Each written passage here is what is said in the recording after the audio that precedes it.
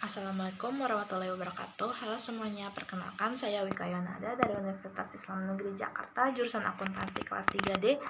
Di sini saya tidak sendiri, melainkan bersama teman-teman kelompok saya, yaitu Kadelia, Rizky, Rizka, dan Agnia akan membawakan materi yang berjudul perluasan SIA melalui dan jaringan komputer. Kali ini saya akan menjelaskan materi tentang konsep jaringan komputer.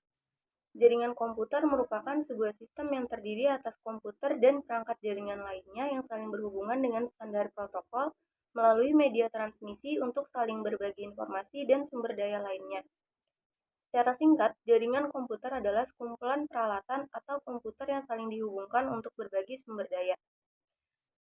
Jaringan komputer saat ini sangat dibutuhkan untuk menghubungkan berbagai instansi pemerintahan, kampus, dan bahkan untuk bisnis di mana sangat banyak perusahaan yang memerlukan informasi dan data-data dari kantor-kantor lainnya. Kemudian, tujuan jaringan komputer. Yang pertama, jaringan memungkinkan manajemen sumber daya lebih efisien. Yang kedua, jaringan membantu mempertahankan informasi agar tetap andal dan up-to-date. Yang ketiga, jaringan membantu mempercepat proses berbagi data atau data sharing. Yang keempat, jaringan memungkinkan kelompok kerja berkomunikasi dengan lebih efisien. Dan yang kelima, jaringan membantu usaha dalam melayani klien mereka secara lebih efektif. Selain tujuan, jaringan komputer juga memiliki banyak manfaat. Beberapa manfaat dari jaringan komputer secara umum yang akan bisa didapatkan, yang pertama itu ada membantu proses bertukar data. Setiap komputer dapat menggunakan atau bertukar data yang ada pada komputer lain ketika satu dengan yang lainnya cukup jauhan. Hal ini akan memberikan kemudahan pada pengguna sehingga dapat menghemat waktu dan pekerjaan menjadi lebih cepat tuntas. Yang kedua, berbagi media penyimpanan. Pemakaian media penyimpanan seperti hard disk, disket, atau flash disk secara bersamaan, apalagi didukung dengan adanya LAN, membuat penggunaan menjadi lebih hemat biaya, mudah, dan membuat pekerjaan lebih cepat selesai.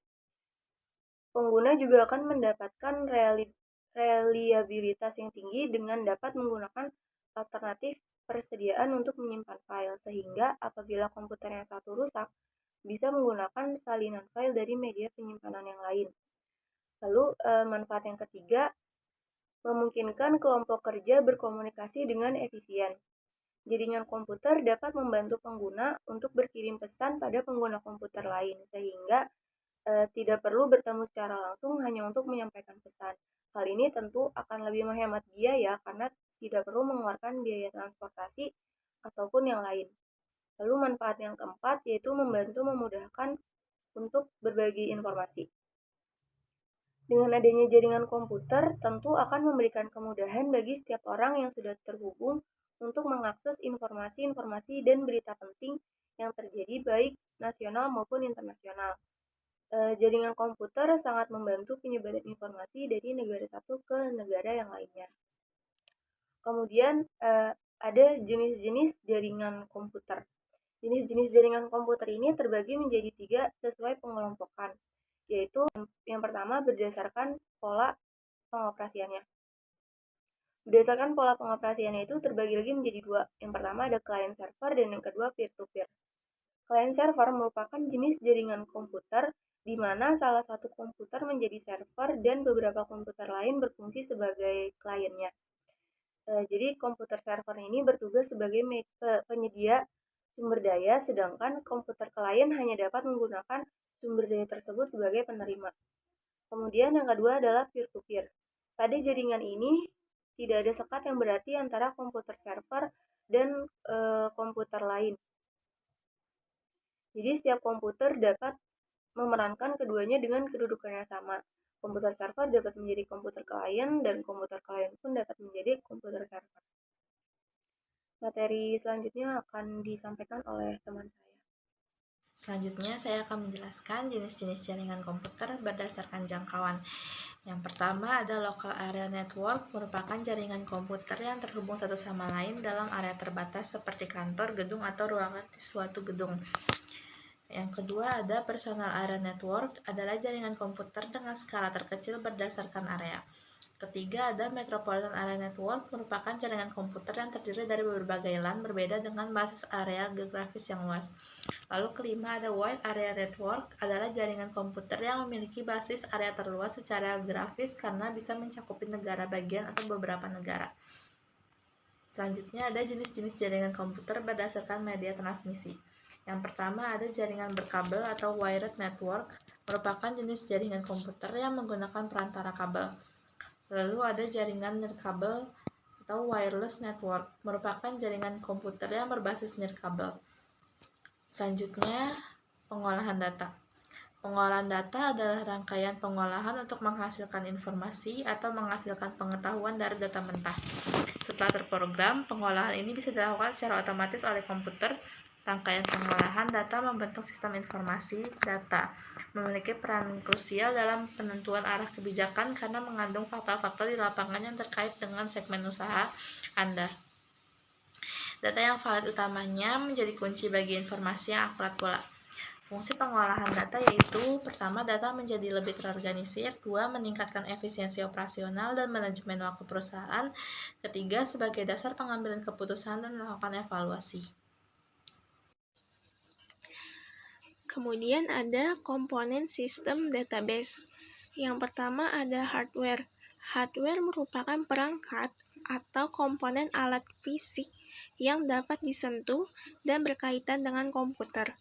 Yang kedua ada database. Basis data merupakan kumpulan fakta nyata yang mewakili objek seperti mahasiswa, dosen, buku, tas, kursi, ayah, anak, ibu, dan lain-lain yang saling berkaitan. Sistem basis data dapat mengelola banyak basis data. Yang ketiga ada sistem operasi. Ini merupakan program fondasi pengelolaan sumber daya teknologi komputer, menjalankan semua operasi-operasi atau sumber daya dasar perangkat keras dan perangkat lunak.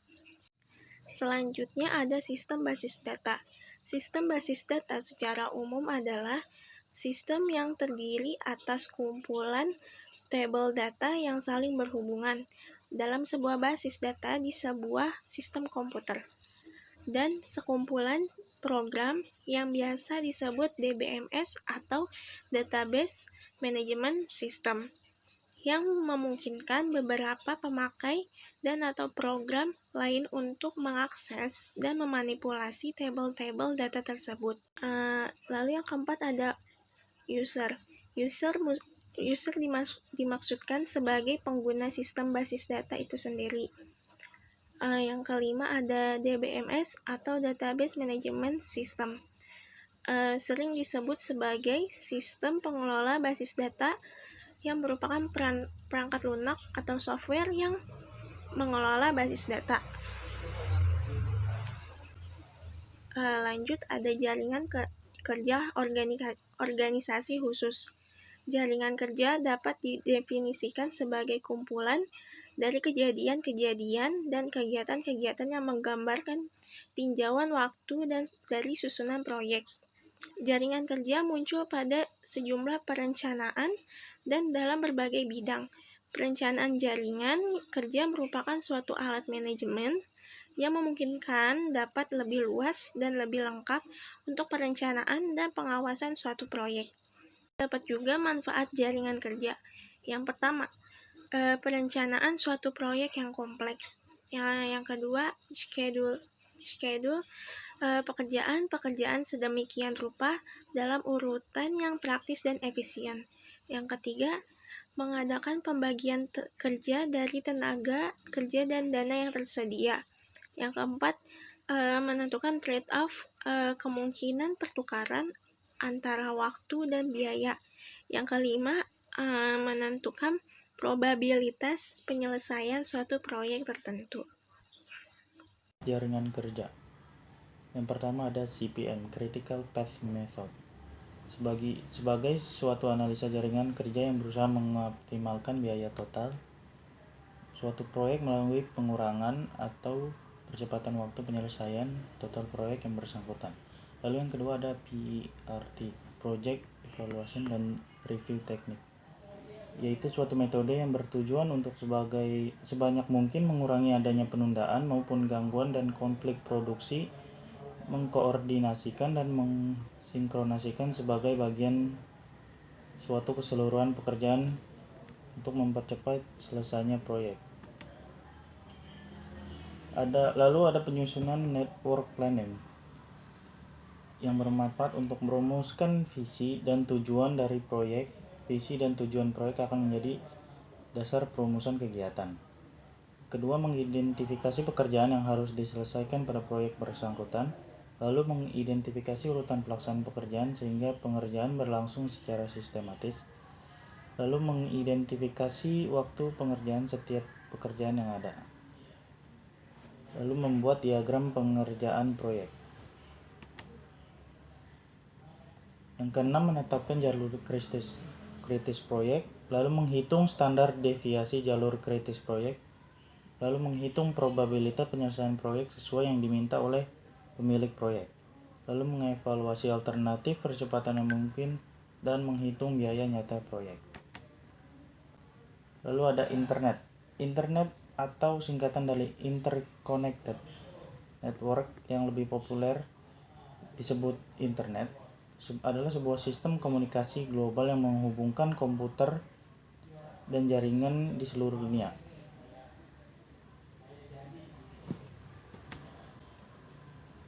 Lalu sini ada cara menghubungkan rangkaian komputer dengan kaidah yang dinamakan internet working. Bisa dilihat sendiri. Ini ada beberapa protokol yang sering digunakan seperti IP, TCP, UDP, DNS, VPP, dan lain-lain. Baik, selanjutnya yaitu teknologi koneksi internet. Satu unit komputer atau komputer di jaringan dapat terkoneksi ke internet, salah satunya menggunakan jalur dedicated line atau jalur khusus internet. Teknologi koneksi internet itu terbagi menjadi 6. Yang pertama, licensed line, yang kedua terrestrial, yang ketiga frame relay, yang keempat fixed wireless, yang kelima VSAT, yang keenam MPLS. Selanjutnya, intranet itu merupakan sebuah jaringan internal perusahaan yang dibangun menggunakan teknologi internet. Arsitektur berupa aplikasi web dan menggunakan protokol TCP atau IP. Yang lain tidak sama dengan intranet, karena dari segi penggunaan, luas, area, maupun implementasinya, intranet lebih luas dan bekerja lebih maksimal, seperti halnya internet. Selanjutnya yaitu fungsi dan implementasi intranet, informasi perusahaan atau portal. Itu mencakup berita, presensi kehadiran, prosedur kerja, setiap divisi, kumpulan data penyimpanan, surat dan komunikasi antar divisi, itu diintegrasikan dalam satu sistem pusat informasi yang berbasiskan HTML atau Hypertext Markup Language, atau yang biasa kita pakai itu istilahnya WWW atau World Wide Web. Implementasi dari karakteristik intranet itu meliputi jadwal perorangan dan kelompok, pesan diterima ketika keluar, manajemen informasi bagi perorangan dan kelompok, dan transfer dokumen secara langsung. Selanjutnya, ini daftar pustaka yang kita ambil untuk pembahasan materi kali ini. Nah, kesimpulannya, perluasan sistem informasi akuntansi melalui IT dan jaringan komputer itu penting. Perlu kita ketahui bahwa jaringan komputer yang terdiri atas komputer dan perangkat jaringan lainnya. Kemudian terdapat pengolahan data untuk menghasilkan informasi dan sistem basis data yang terdiri atas kumpulan tabel data yang saling berhubungan. Terdapat kumpulan dari kejadian-kejadian dan kegiatan yang menggambarkan tinjauan waktu dari susunan proyek merupakan jaringan kerja organisasi khusus dan tidak luput dari internet dan intranet.